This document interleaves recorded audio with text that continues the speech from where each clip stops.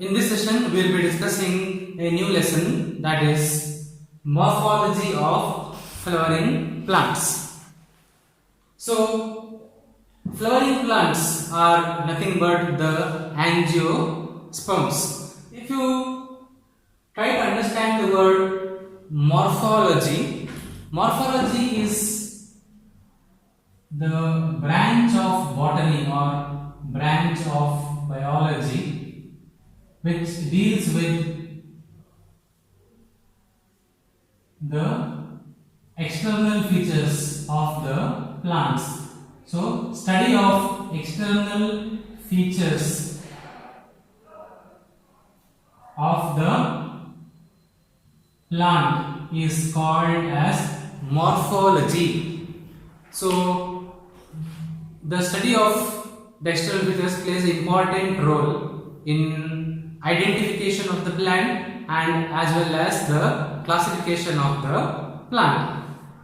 So, if we look at a flowering plant, then what we see is the plant has a aerial portion and it also has a underground portion. So the aerial portion of the plant, that is above the ground, that is the shoot, and the underground portion is the root. So a plant body can be classified into a shoot system and a root system. The shoot, as you know, is made up of a stem.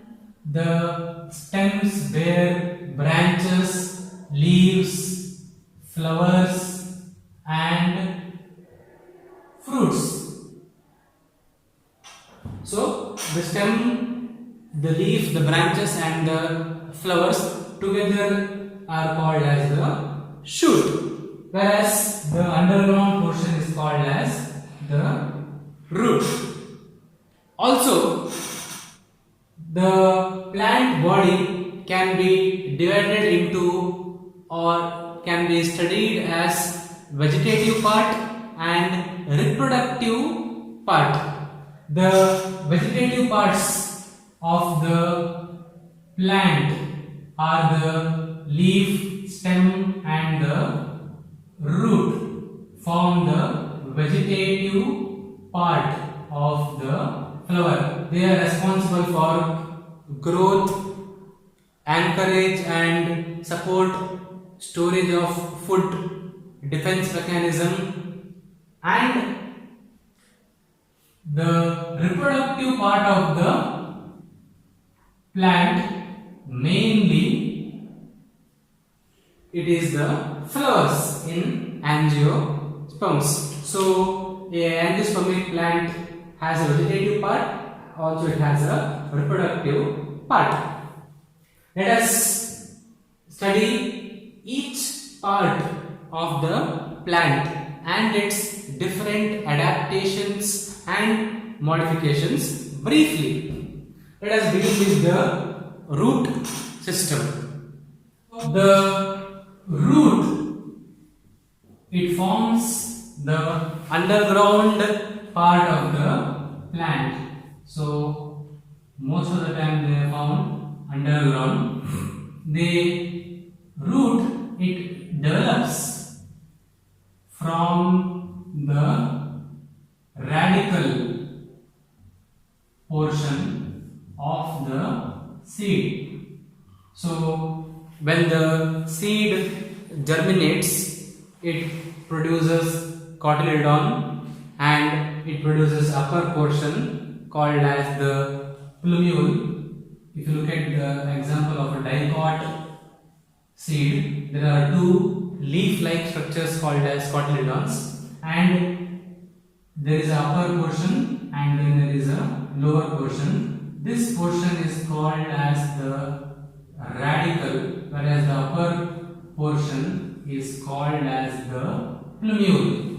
So the root, it develops from the radical portion of the seed, whereas the stem or the entire shoot, it comes from the plumule portion of the seed. The roots, their main function is anchorage and support. So the roots grow deep within the soil and branching further, and they provide anchorage and they support the aerial portion of the plant. So huge large trees such as banyan or tall trees, they need lot of support. So the roots provide that anchorage and support. The roots, they do not perform any photosynthesis. That is an important point to keep in mind, and they don't have any nodes or internodes like the stem. So they don't have any nodes or internodes,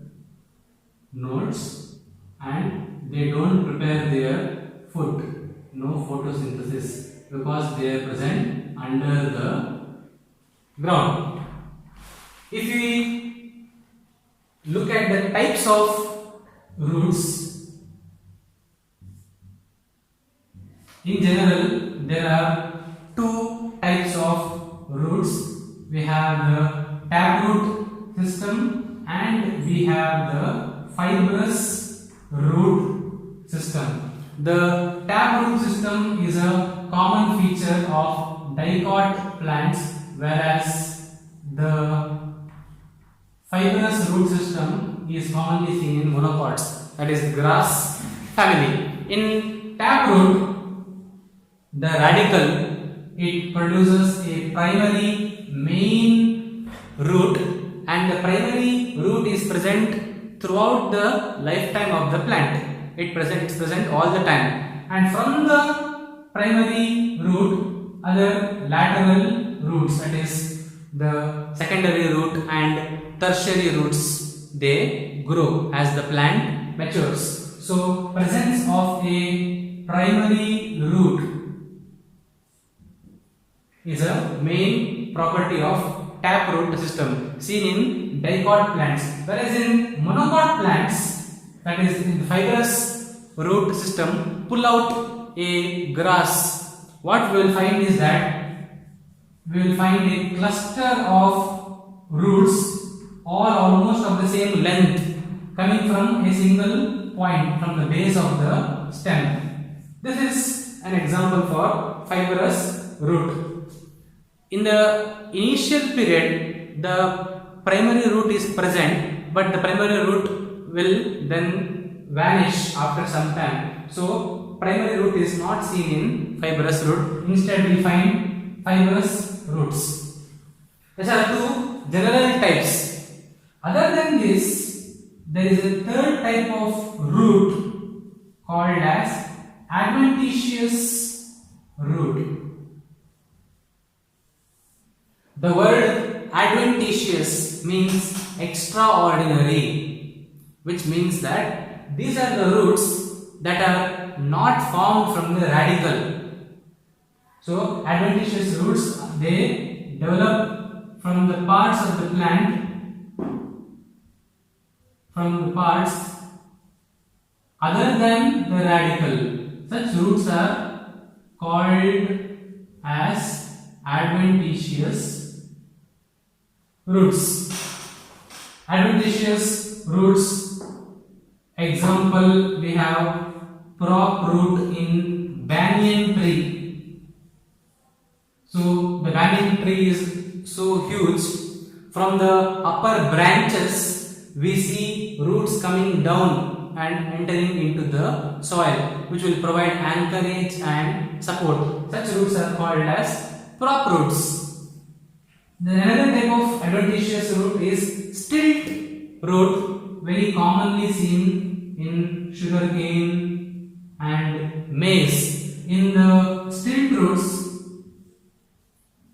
this is a sugarcane, the basal portion of the sugarcane stem very close to the soil, it produces certain roots, which once again they help in providing support to the sugarcane stem. These roots are called as stilt roots. So mostly adventitious roots, they have the function of offering support and anchorage.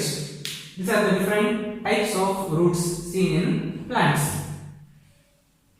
If you look at the morphology of a root very clearly, so we have the root. What we see is the root has certain distinct regions.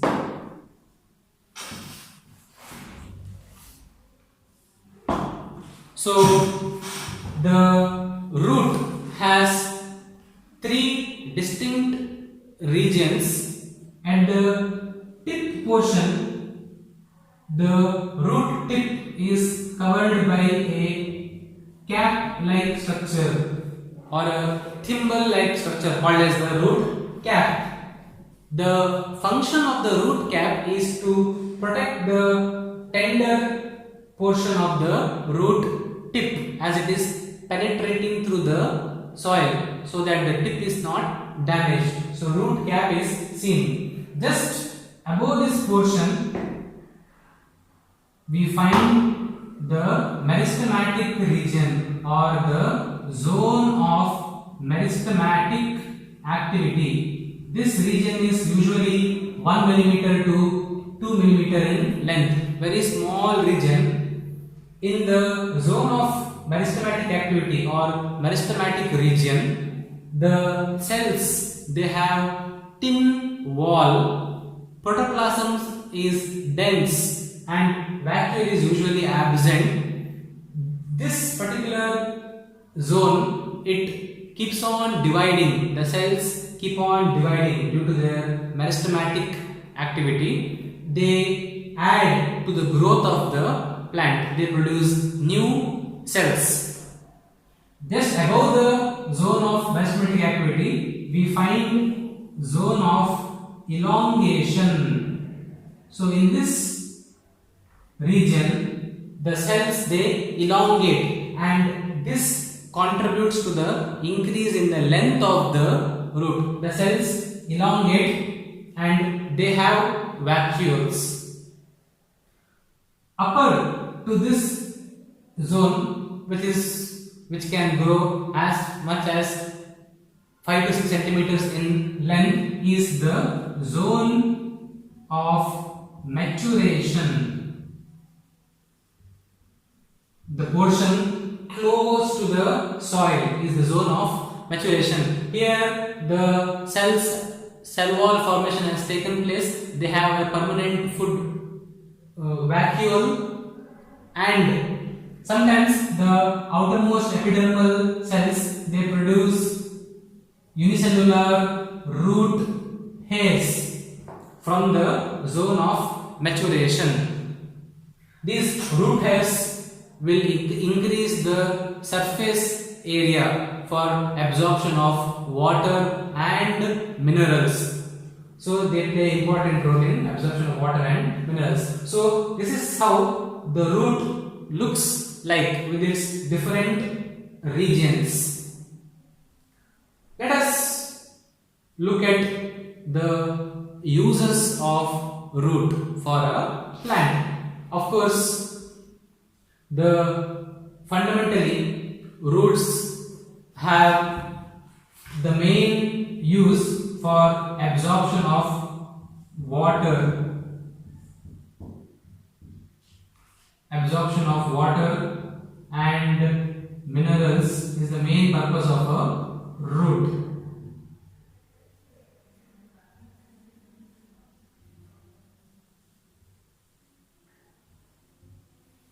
Also, it helps in providing anchorage and support for the plant. These are the two main uses of roots.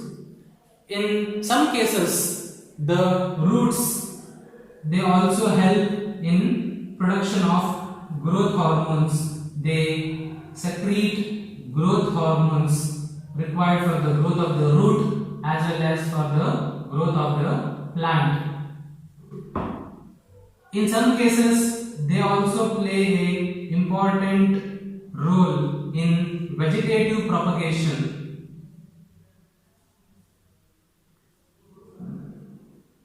That is, portion of the root can produce an entire plant. For example, in sweet potato, if we cut the sweet potato with the structures, with the small plants growing, put it into soil, it will develop into a new plant. So, vegetative propagation is also a use.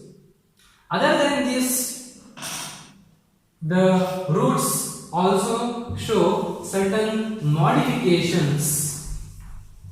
So the roots are modified for performing certain special functions in particular group of plants. So the modifications of roots. So in the case of rhizophora or in mangrove plants, they have special roots called as pneumatophore, also called as respiratory roots or breathing roots. Mangroves, rhizophora, these are plants that grow in areas which have high water content. The soil is rich in water content, the swamp and the marshy areas. So in rhizophora, the root which grows down, it comes up above the water and it is seen as structures like this. This will help in respiration or in taking the air inside. So pneumatophores are breathing roots. So that is one modification of root, helpful for breathing. The roots are also modified for storage of food. Very important. Storage of food. For example, in carrot, radish, in beetroot and in sweet potato. So all these are modifications of root for storage of sugar and starch. In the case of carrot, we have what is called as a conical root. The shape is like this. At the tip, it is broad. When it comes down, it becomes narrow. In the case of radish, we find a fusiform root. So in radish, if you see, the middle portion is swollen, whereas the upper and lower portion is usually narrow. That is what is called as a fusiform root. In beetroot, it is like this. It becomes narrow towards the tip. This is in beetroot, called as a napiform root. And in sweet potato, it does not have any particular shape. So that is what is called as a tuberous root or a tubercle root. So that is another modification for storage of food that is seen in these plants.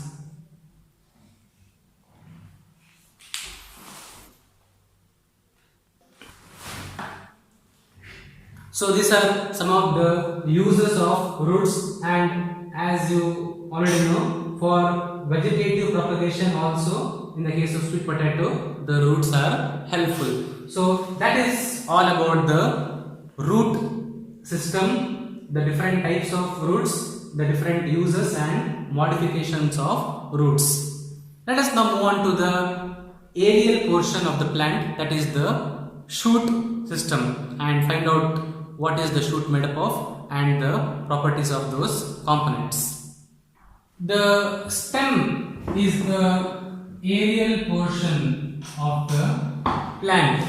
the stem is usually erect and cylindrical in shape. Generally, it could be hard or woody, as in the case of trees, or in the case of herbs and shrubs, it could be weak. The stem is distinct with the presence of nodes and internodes. So, if this is the case, let's say coconut tree, we can see distinct lines all on the bamboo. So, this is the node, and the region between the two nodes is called as the internodes. These internodes are responsible for the increase in the length of the plant. The stem, it is produced from the plumule portion of the seed, as we already saw, from the plumule. The main function of the stem is it will produce the branches and leaves and flowers. So the nodes, they produce axillary bud. This axillary bud will grow and develop into the leaf and into the branches. So the nodes, they produce axillary bud, which is responsible for the production of the leaves, flowers and the branches.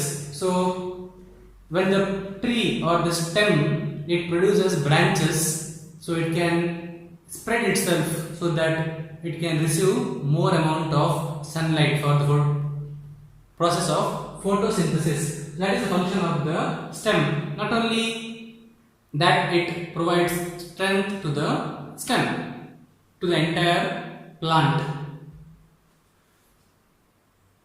So other than this, the stem has many modifications, as we saw in the case of roots. The modifications are for storage of food, it could be for defense mechanism, it could also be for growth, that is for climbing, for vegetative propagation,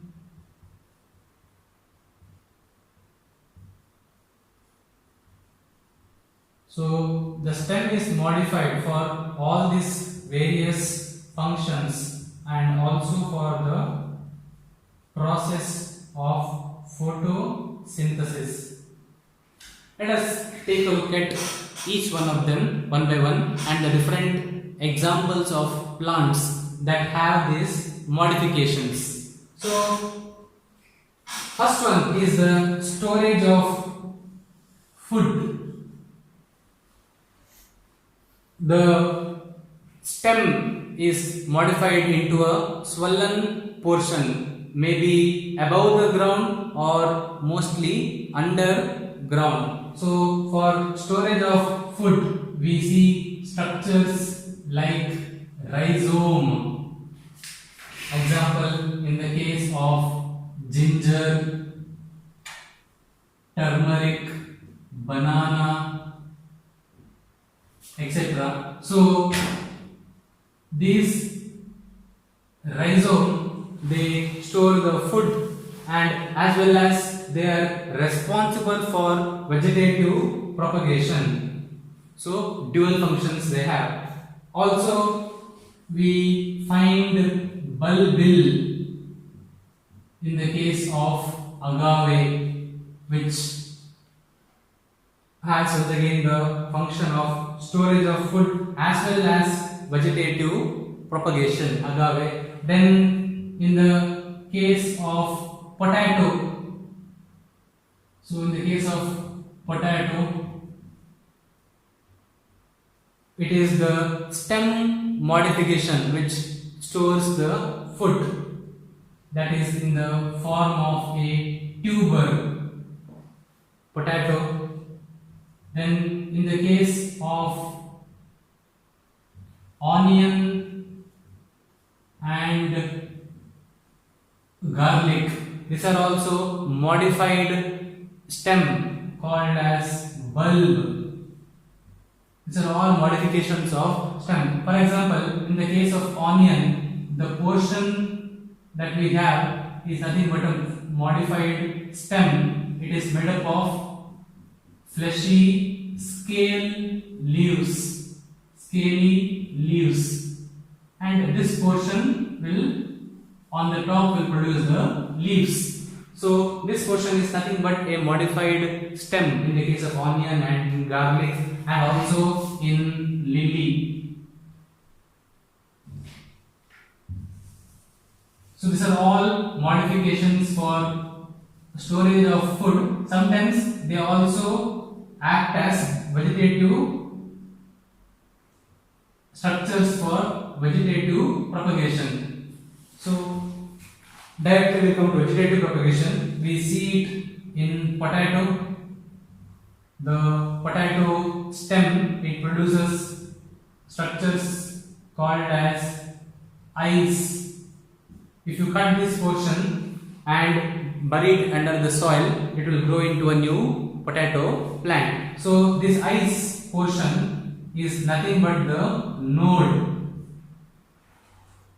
Because it is a stem, these eyes are nothing but the nodes. So in potato we can see in agave,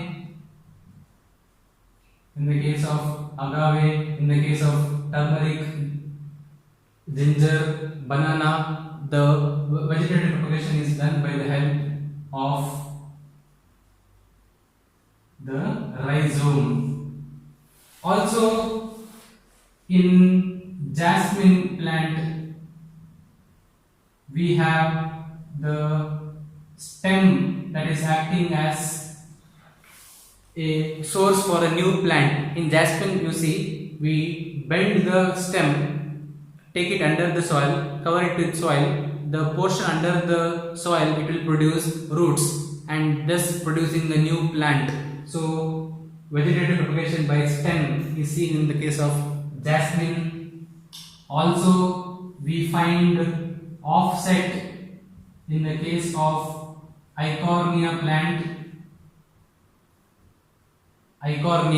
where we have the stem produces rosette leaves at equal intervals. So this is the internode. At the node we find a tuft of leaves, rosette leaves, and this will help in vegetative propagation called as offset. Also in the case of grass we find stolon. Then in the case of chrysanthemum we find runners. All these are examples for vegetative propagation. From the stem a new plant can be produced from all these sources. For the purpose of defense we have thorn. So this is seen in bougainvillea plant, and also in this case of citrus plants. For example, in lemon plant we find hard woody thorn. So thorn is hard and woody. It will protect the plant from the herbivorous animals. That is one. Also in some cases spines are found. So thorn is for defense. Then for climbing we have the stem modification in the form of tendril. So we can find this in cucurbitaceae family very clearly. So the stem, it is modified into a spring-like structure which is called as a tendril. This tendril will help in help the plant in climbing up the trees. So that is a modification for climbing. Not only that, the stem in the case of Opuntia and in the case of Opuntia we find, which is a cactus plant, the stem is modified into flat fleshy structures that is called as a phylloclade. So the stem is flat and fleshy, which will help in, it is green in color and it will help in the photosynthesis. Not only that, the stem can be erect and covered with spines also in the case of cactus. So phylloclade is this structure which helps in photosynthesis. In the case of desert plants, this plays a very important role in minimizing water loss. So that is all about the different modifications of different plants in the form of stem, for storing of food, for preparing of food, for defense, for climbing, for the purpose of growth, and for producing new plants in the form of vegetative propagation, and examples are discussed. That is about the stem and its properties, its uses and its modifications. Thank you.